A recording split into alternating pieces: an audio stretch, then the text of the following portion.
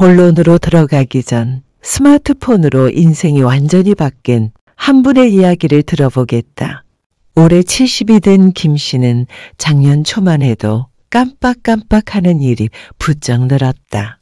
자식들이 선물해준 스마트폰으로 하루 종일 자극적인 영상들만 반복해서 봤다. 점점 기억이 깜빡깜빡해졌고 가족들은 치매 오는 거 아니냐며 걱정했을 정도였다. 그런 김 씨가 어떻게 변했을까? 지금은 스마트폰으로 일본어를 배우고 요리 앱으로 새로운 레시피에 도전하며 손자와 영상통화로 외국 여행지까지 구경한다. 기억력은 물론 집중력까지 놀랍도록 좋아져서 이제는 가족들이 할머니가 우리보다 똑똑해졌다고 놀랄 정도다. 도대체 어떻게 이런 변화가 가능했을까? 사실 우리나라 65세 이상 어르신 중 스마트폰을 사용하는 비율이 90%를 넘어선다. 하지만 대부분은 똑같은 영상만 반복해서 보거나 자극적인 콘텐츠에만 빠져있는 경우가 많다. 전문가들은 이런 수동적인 스마트폰 사용이 오히려 뇌의 기능을 퇴화시킬 수 있다고 경고한다. 오늘은 스마트폰에 대한 놀라운 진실을 말하려고 한다. 과연 우리가 지금까지 알고 있던 것이 정말 진실일까? 첫 번째 오해는 바로 스마트폰은 무조건 치매에 나쁘다는 것이다. 많은 분들이 스마트폰을 보면 뇌가 나빠진다고 믿고 계신다. 특히 언론에서 스마트폰 치매라는 표현을 자주 쓰면서 스마트폰 자체가 문제라는 인식이 퍼졌다. 병원에서도 어르신들에게 스마트폰 그만 보세요 라고 조언하는 경우가 많다. 하지만 진실은 이와 정반대다. 서울대 연구팀에서는 다음과 같이 발표했다. 스마트폰을 활용한 인지훈련이 실제로 뇌의 기능을 향상시킨다는 것이다. 연구 결과 스마트폰으로 새로운 것을 배우는 그룹은 기억력과 집중력이 평균 25% 향상되었다. 이는 런던 킹스 칼리지 연구진의 의견에 의해서도 뒷받침된다. 디지털 기기 자체가 문제가 아니라 어떻게 사용하느냐가 핵심이다라고 말했다. 두 번째 오해는 나이 들어서 새로운 기술 배우기는 늦었다는 것이다. 많은 어르신들이 내 나이에 무슨 스마트폰 공부냐며 포기하신다. 특히 우리나라 어르신들은 젊은 사람들이나 하는 것이라는 고정관념이 강하다.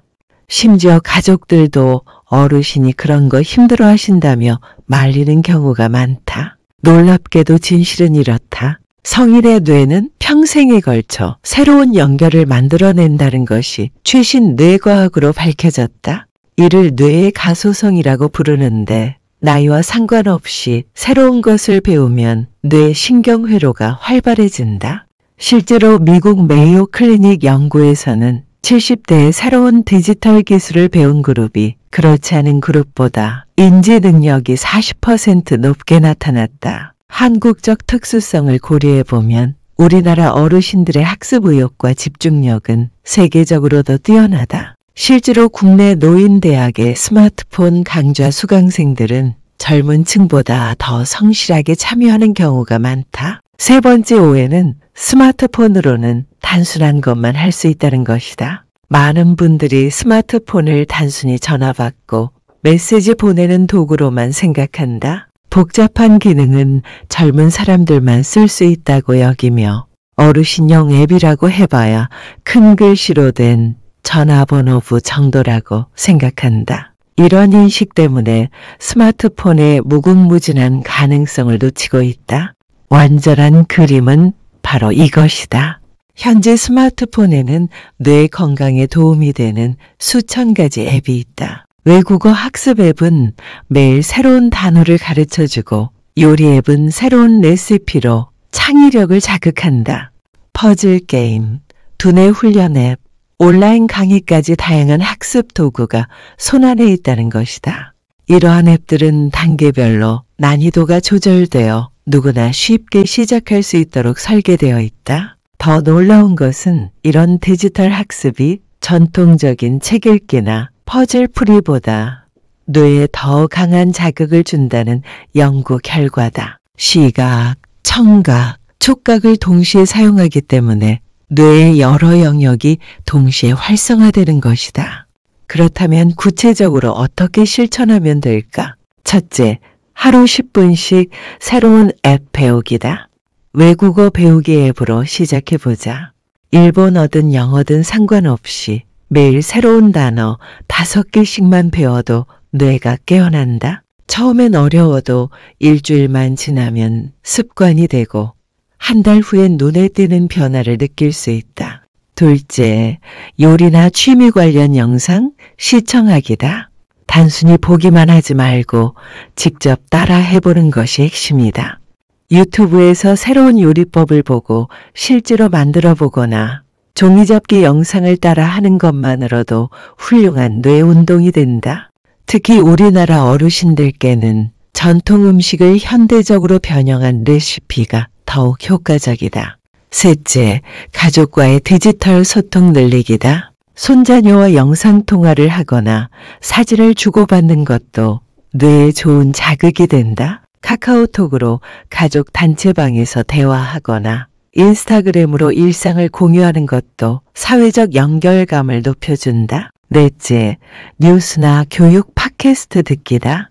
라디오 대신 팟캐스트를 통해 다양한 정보를 접하면 새로운 지식을 습득하게 된다. 특히 건강정보, 여행 이야기, 역사 강해 등은 호기심을 자극하고 기억력 훈련에 도움이 된다. 주의할 점은 개인차가 있다는 것이다. 처음에는 하루에 한 가지씩만 시작하고 무리하지 말고 천천히 익숙해지는 것이 중요하다. 시력이 좋지 않은 분들은 글씨 크기를 키우거나 음성 기능을 활용하면 된다. 또한 자극적인 콘텐츠나 가짜 뉴스에 현혹되지 않도록 주의해야 한다. 지금까지 스마트폰의 놀라운 힘을 함께 살펴보았다. 작은 변화가 여러분의 인생을 바꿀 수 있다. 건강한 내일을 응원한다. 다음에는 치매 예방을 위한 올바른 수면 습관 영상을 기대해 주세요.